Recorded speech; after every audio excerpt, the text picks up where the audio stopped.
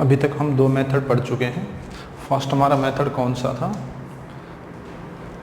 First method हमारा है by using integrated rate equation method. First method कौन था? By using integrated rate equation methods, हम इससे निकाल सकते हैं। सेकंड हमारा कौन सा है? इसे इनिशियल रेट में, ये ऑलरेडी हम कर चुके हैं दोनों मेथड, ये मेथड हम ऑलरेडी कर चुके हैं, by using integrated rate equation, दूसरा इनिशियल रेट मेथड्स। अभी हमें सिर्फ दो करने, हाफ लाइफ पीरियड और आपका ओस्टवाल्ड मेथड। देखो इनसे हम कैसे कैलकुलेट करते हैं, तो हमारा क्या हो जाएगा, ठीक है। पहले हम ले लेते हैं half life isolation half life period method. देखो हाफ लाइफ पीरियड मेथड से हम कैसे कैलकुलेट करते हैं हाफ लाइफ पीरियड मेथड्स, ठीक है। हमें पता है, हम ऑलरेडी इक्वेशन कर चुके हैं हाफ लाइफ पीरियड मेथड्स, ठीक है ना। तो फर्स्ट हम ले रहे हैं हाफ लाइफ पीरियड मेथड्स,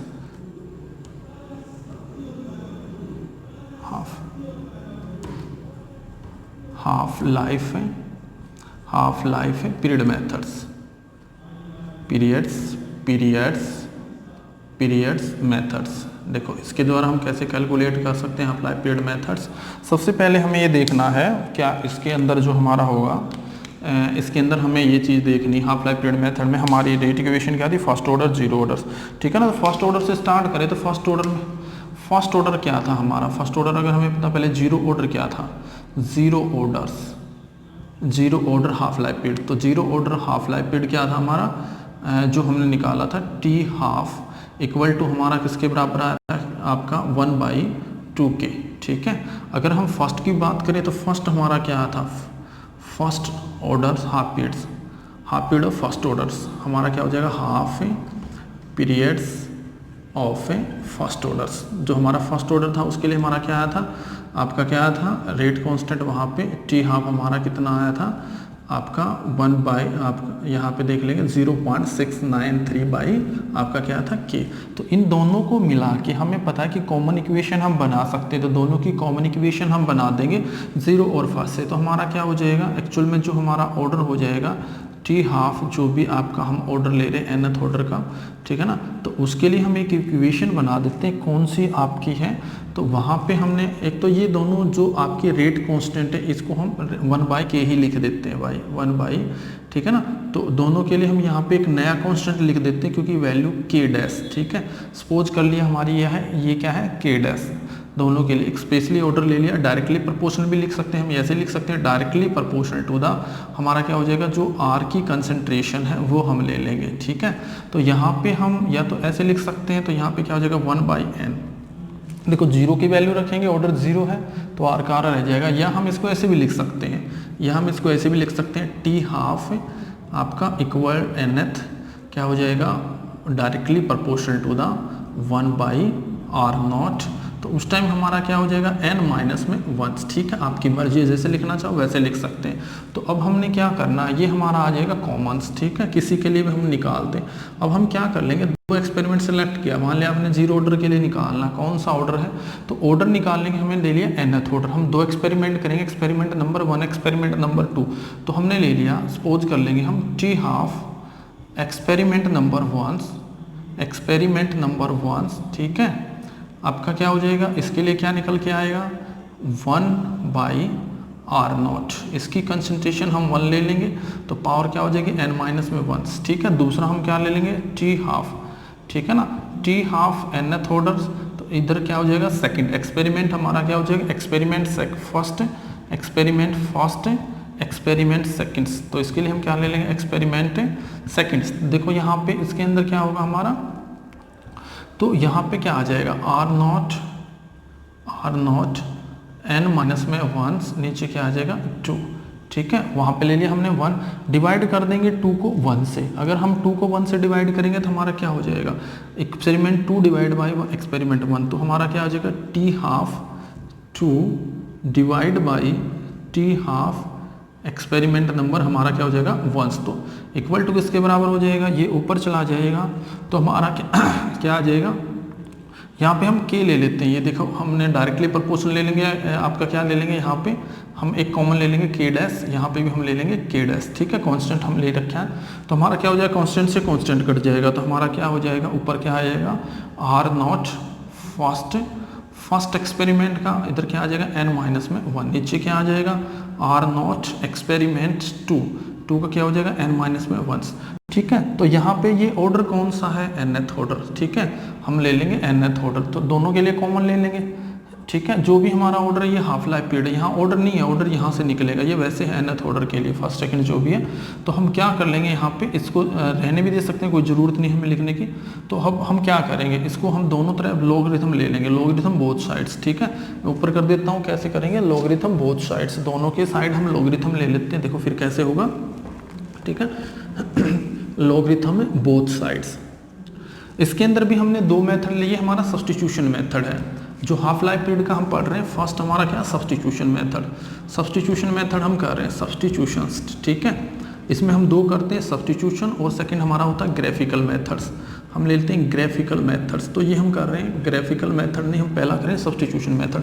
तो हमारा ये आ जाएगा n-1 लॉगरिथम बोथ साइड, तो लॉगरिथम लेंगे तो क्या हो जाएगा, log t half 2 divide by t half 1, ठीक है, इक्वल टू हमारा क्या हो जाएगा, ये आपका क्या हो जाएगा r0 आपका 1 डिवाइड बाई r0 2, ये हमारा हो जाएगा 2, ठीक है।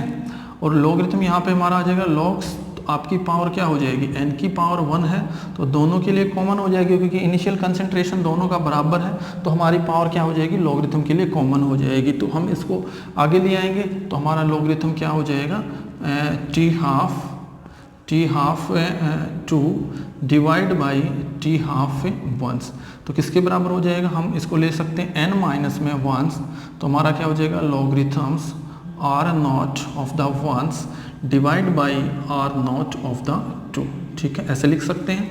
तो अब हम क्या करेंगे, ये हमारा खुल जाएगा, ओपन हो जाएगा, इसको हम ऐसे लिख लेंगे, इसको हम डिवाइड कर लेंगे, तो हमारा क्या हो जाएगा n-1, तो हमारा किसके बराबर हो जाएगा, ये इसके नीचे आ जाएगा, तो क्या हो जाएगा लॉगरिथम्स t हाफ, प्रैक्टिकली वैसे यूज़ नहीं होता, बहुत कम यूज़ होता है, इस तरह का कोई आएगा नहीं आपका, फिर भी हम करना पड़ेगा ही, ठीक है। तो हमारा क्या हो जाएगा t हाफ, तो हमारा क्या हो जाएगा t हाफ, ठीक है, t हाफ किसके लिए, हमारा फर्स्ट एक्सपेरिमेंट के लिए। नीचे क्या हो जाएगा, नीचे क्या हो जाएगा हमारा आपका जो भी ये वैल्यू नीचे आ जाएगी, लॉगरिथम r0 फर्स्ट और multiplied divide by logarithms r0 2, ठीक है, ये हमारा निकल जाएगा। तो इसको भी हम 1 को उधर ले जाएंगे, तो 1 को उधर ले जाएंगे तो क्या हो जाएगा 1 प्लस में, तो हमारा क्या निकल जाएगा, इस तरह हम निकाल सकते हैं, ठीक है। प्रैक्टिकली यूज नहीं है, डायरेक्ट हमें यहाँ से निकल जाएगा, हमें सब्स्टिट्यूट करना, जैसे हमने पहले वैल्यू सब्स्टिट्यूट की थी वैसे ही वैल्यू सब्स्टिट्यूट करेंगे, r0 एक एक्सपेरिमेंट की ले लेंगे, सीधे देखो यहाँ तक हमें जाने की जरूरत नहीं, सीधा आपने क्या करना है, r0 यहाँ पे दे देंगे, क्या r0 दे रखा है वो वैल्यू ले लेंगे, ठीक है ना, वो वैल्यू पुट कर देंगे, ठीक है, यहाँ पे पुट कर देंगे, तो उसके हिसाब से ऑर्डर निकल जाए। देखो कैसे, अगर मान लिया सिंपली कोई भी लेते हैं, किसी का भी हाफ लाइफ पीरियड दे दिया जाएगा यहाँ पे, ठीक है ना, तो यहाँ तक ही हम कर लेंगे, इसमें आगे जाने की जरूरत भी नहीं होती ज़्यादा। तो जैसे मान लिया कोई एक्सपेरिमेंट विन किया, उसमें हमने इनिशियल इतना ले लिया, तो उसका हाफ लाइफ पीरियड इतना आया उसका, तो उसी तरह यहाँ पे भी हम कॉमन कर लेते हैं, ठीक है ना, यहाँ पे इसकी वैल्यू पुट कर देंगे, इसकी वैल्यू पुट कर देंगे, इसकी वैल्यू पुट कर देंगे, इसकी वैल्यू पुट कर देंगे, एक्सपेरिमेंट 1 में और एक्सपेरिमेंट, ये एक्सपेरिमेंट की 1 की वैल्यू r0 पुट कर देंगे, एक्सपेरिमेंट 2 की r0 वैल्यू पुट कर देंगे, इनिशियल वैल्यूज, फिर एक्सपेरिमेंट 2 है, दो डाटा आपको लिखेगा ही मिला कि एक्सपेरिमेंट 1 में एक्सपेरिमेंट 2 में, जैसे अभी हमने लिख रखा था, उसी तरह हाफ लाइफ पीरियड भी दे, बिल्कुल सिंपल, आराम से आप निकाल सकते हो, ऐसी कोई प्रॉब्लम नहीं आएगी, ठीक है। सेकंड हमारा मेथड है ग्राफिकली मेथड्स। ग्राफिकली मेथड अगर हम देखें तो हमारा जो हाफ लाइफ पीरियड होता है जीरो ऑर्डर के लिए क्या हो जाएगा, zero orders half life periods, ठीक है। इसका अगर हम हाफ लाइफ पीरियड निकालेंगे तो हमारा क्या आता है, सीधा हमें पता है क्या आएगा 1/2k, ठीक है, r0, ये हमारा आ जाएगा, ठीक है। इसको भी सीधा नीचे लिख लेंगे 2k, ठीक है। तो सेकेंड, अब इसका हम ग्राफ अगर हमने बनाना, तो ग्राफ हम कैसे बनाएंगे, हमें पता है, ठीक है। इसके लिए ग्राफ सीधा हमें पता हमारा क्या, y equal to the mx plus में c, ये हमारा होता है। तो ये हमारा क्या हो जाएगा, हम किसके बीच में बना रहे हैं, r0 और किसके बीच में बना रहे हैं, हम टाइम हाफ के लिए। तो हम यहाँ पे हाफ लाइफ पीरियड बना लेंगे, इधर हमने ले लिया, मान लिया सपोज किया, इधर आपने हाफ लाइफ पीरियड ले लेंगे, हाफ लाइफ पीरियड जो भी हमारा हाफ लाइफ टाइम है, ठीक है ना, उसको ले लेंगे, इधर हम ले लेंगे r0। तो हमारा देखो किस तरह का ग्राफ आएगा, स्लोप कैसा, पॉजिटिव है नेगेटिव है, तो पॉजिटिव स्लोप है, इंटरसेप्ट कोई है नहीं यहाँ पे, there is no intercept, there is a there is no intercept, यहाँ पे कोई भी इंटरसेप्ट नहीं है, इंटरसेप्ट, तो इसका मतलब ग्राफ कहाँ से पास होगा, ओरिजिन से, तो हमारा इस तरह की लाइन आ जाएगी। ठीक है, तो ये हम निकाल लेंगे। अगर हमारा जीरो ऑर्डर का होगा तो जीरो ऑर्डर की में वैल्यू पुट कर लेंगे, तो इस तरह का अगर ग्राफ आता है तो हमारा क्या हो जाएगा, आपका ये हो जाएगा, तो स्लोप यहाँ पे 1/2k। ठीक है, इंटरसेप्ट कोई है नहीं। सेकंड अगर हम लेंगे जीरो ऑर्डर का, फर्स्ट ऑर्डर अगर हमारी इक्वेशन अगर हम देखें तो फर्स्ट ऑर्डर के अंदर हमारी इक्वेशन क्या हो जाएगी, फर्स्ट ऑर्डर के अंदर अगर हम इक्वेशन की बात करें तो फर्स्ट ऑर्डर में हमारा इक्वेशन क्या है, हमें पता है कि जो हमारा हाफ लाइफ पीरियड होता है वो किसके बराबर होता है, आपका 0.693 बाई नीचे क्या आ जाएगा, हमारा नीचे आ जाएगा कि यहाँ पे R0 हमारा होता नहीं, हमने सपोज कर रखा है इसकी पावर 0 है, मतलब 1 ही होगा। तो हम इसके बीच में और इसके बीच में ग्राफ ड्रा करते हैं तो देखो कैसे आएगा हमारे, क्योंकि इस पे इंडिपेंडेंट है, इसकी पावर है नहीं। अगर हम मान लिया यहाँ पे R0, ठीक है, नीचे क्या ले लेंगे T हाफ के बीच में ग्राफ, तो इस तरह का, क्योंकि स्लोप यहाँ पे इंडिपेंडेंट ऑफ कंसंट्रेशन, तो ये क्या आ जाएगा, ये क्या है, इंडिपेंडेंट ऑफ इनिशियल कंसंट्रेशन, ये हमारी क्या है, इनिशियल कंसंट्रेशन, इससे इंडिपेंडेंट हो जाएगा। तो इस तरह हम ग्राफ बना के भी हम पता कर सकते हैं, दोनों तरीके हैं, सब्स्टिट्यूशन मेथड से भी और आपका ग्राफिकल मेथड से भी, हाफ लाइफ पीरियड से भी निकाल सकते हैं। अब नेक्स्ट हमारा है ओस्टवाल्ड आइसोलेशन मेथड, तो सेकेंड हमारा हो जाएगा ओस्टवाल्ड आइसोलेशन। फोर्थ मेथड है ये हम बोल रहे हैं, फोर्थ मेथड हमारा ओस्टवाल्ड आइसोलेशंस मेथड्स। ठीक है, एक सपोज कर लिया हमारी एक इक्वेशन है, हमने एक रिएक्शन ले लेंगे, इस रिएक्शन के अंदर मान लिया सपोज कर लिया आपका A प्लस में B प्लस में C तीनों मिलके प्रोडक्ट बना रहे हैं। ठीक है, तीनों मिलके मान लिया प्रोडक्ट बना रहे हैं। ठीक है, इसका कोफिशिएंट हमें नहीं पता, जो भी ABC कितना भी हो सकता है। तो अब हमने क्या करना है, इसके लिए हमें अगर रेट निकालना तो हम रेट कैसे निकाल लेंगे, हम ये मान लेंगे, ठीक है ना, इसमें हमें पता, एक तो ये रख सकते हैं हम, जो अल्टरनेट मेथड है, यहाँ पे क्या आ जाएगा K A की पावर अल्फा, B की पावर बीटा और C की पावर गामा। ठीक है, ये हम ले लेंगे। अब हम ये देख लेंगे, अगर हम यहाँ पे क्या करेंगे, taking the concentration of taking concentration of excess concentration of reactants, excess concentrations of reactants, जो कंसंट्रेशन है रिएक्टेंट्स की वो क्या ले लेंगे आपकी एक्सेस में। ठीक है ना, एक्सेस में एक्सेप्ट 1, एक को छोड़ देंगे, एक्सेप्ट 1 जिसके अनुसार निकालना एक्सेप्ट 1। ठीक है, तो इसका मतलब क्या होगा, तो the order not depend this orders, तो हम देखो एग्जांपल लेके समझ लेते हैं। जैसे मान लिया यहाँ पे हमने इसको तो वेरिएबल कर दिया, लेकिन इनको क्या ले लिया, एक्सेस ले लिया। एक एक्सपेरिमेंट हमने कर लिया, इनको क्या ले लेंगे, एक्सेस में बहुत ज़्यादा ले लेंगे। एक्सेस में मतलब बहुत ज़्यादा आएंगे, तो आपको पता है किसी भी रिएक्शन का जो प्रोडक्ट होता है वो किस पे डिपेंड करता है, अपने +1 के अंदर पढ़ा, जो भी कोई भी रिएक्शन है उसका जो प्रोडक्ट बनता है वो एक्सेस पे नहीं, लिमिटिंग पे।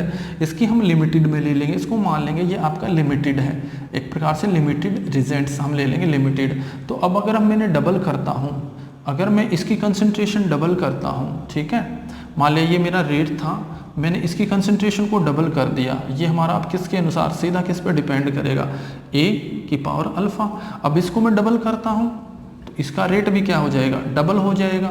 अगर मैं इसको डबल करता हूँ रेट 4 टाइम हो जाएगा, 4 टाइम, तो अल्फा अगर डबल होने से डबल होता है तो अल्फा की वैल्यू 1 हो जाएगी, लेकिन डबल करने से 4 टाइम होता तो अल्फा की वैल्यू क्या हो जाएगी, 2 हो जाएगी। उसी तरह हम उसको फिर क्या करेंगे, इसी तरह B का भी निकाल लेंगे। जब हम B का निकाल लेंगे, B के अनुसार हम क्या करेंगे, यहाँ पे जैसे हमें पता है हमारा क्या होता है K A की पावर अल्फा, B की पावर बीटा, ठीक है, और आपकी C की पावर गामा। तो अब सिर्फ हमने ये देखना है यहाँ पे अल्फा की पावर कितनी हो जाएगी। उसी तरह अगर हम यहाँ पे किसके कांस्टेंट कर देंगे, इन दोनों को क्या कर देंगे, कांस्टेंट या एक्सेस में ले लेंगे, इनको क्या ले लेंगे, एक्सेस में। ठीक है ना, तो कंसंट्रेशन अब किसके अनुसार हो जाएगी, इसके अनुसार। तो जैसे हम इसको मान लिया, इसको मैंने डबल कर दिया, पावर को रहने देते हैं, बेसिक पावर मत लो, कोई ज़रूरत नहीं है।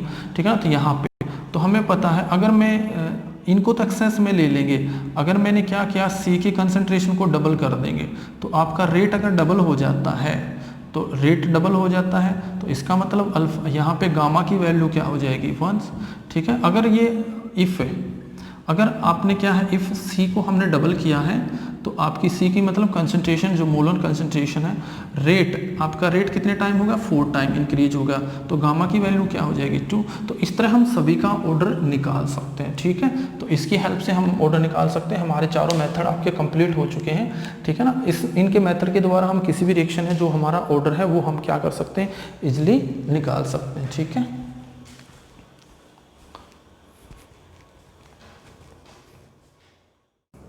देखो हम सभी मेथड कर चुके हैं किस किस से हम रिएक्शन का ऑर्डर निकाल सकते हैं, ठीक है ना। हमारे पास 4 मेथड हैं जिससे हम किसी भी रिएक्शन का ऑर्डर निकाल सकते हैं। तो आप बता सकते हो कि जो आपका ये डाटा दे रखा है इसके अनुसार रिएक्शन का ऑर्डर क्या होगा। देखो सबसे पहला हमारा मेथड होता है इनिशियल रेट मेथड, और आप याद रख लेना इनिशियल रेट मेथड और आपका ओस्टवाल्ड मेथड दोनों उस रिएक्शन के लिए यूज होते हैं जिसमें मोर देन 1 रिएक्टेंट हो। तो इसमें तो सिंगल रिएक्टेंट दे रखा है तो इसका मतलब वो तो लगने नहीं है। हमारे देखो हमारे पास 4 मेथड है, जैसे कोई भी दे दे, हमारे पास 4 मेथड है, 4 मेथड है। तो इंटीग्रेटेड मेथड्स, इंटीग्रेटेड मेथड्स, ठीक है। सेकंड हमारे पास कौन सा मेथड है, सेकंड हमारे पास मेथड है इंटीग्रेटेड मेथड। सेकंड हमारे पास मेथड है जो आपका आइसोलेशन ओस्टवाल्ड मेथड हम बोल सकते हैं, ओस्टवाल्ड आइसोलेशन मेथड्स, ठीक है। एक मेथड हमारा ये होगा। तीसरा हमारा है half life period methods, half life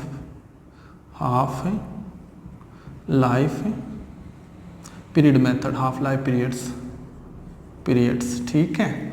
और फोर्थ मेथड हमारा integrated equation methods, integrated equations, integrated rate equation methods.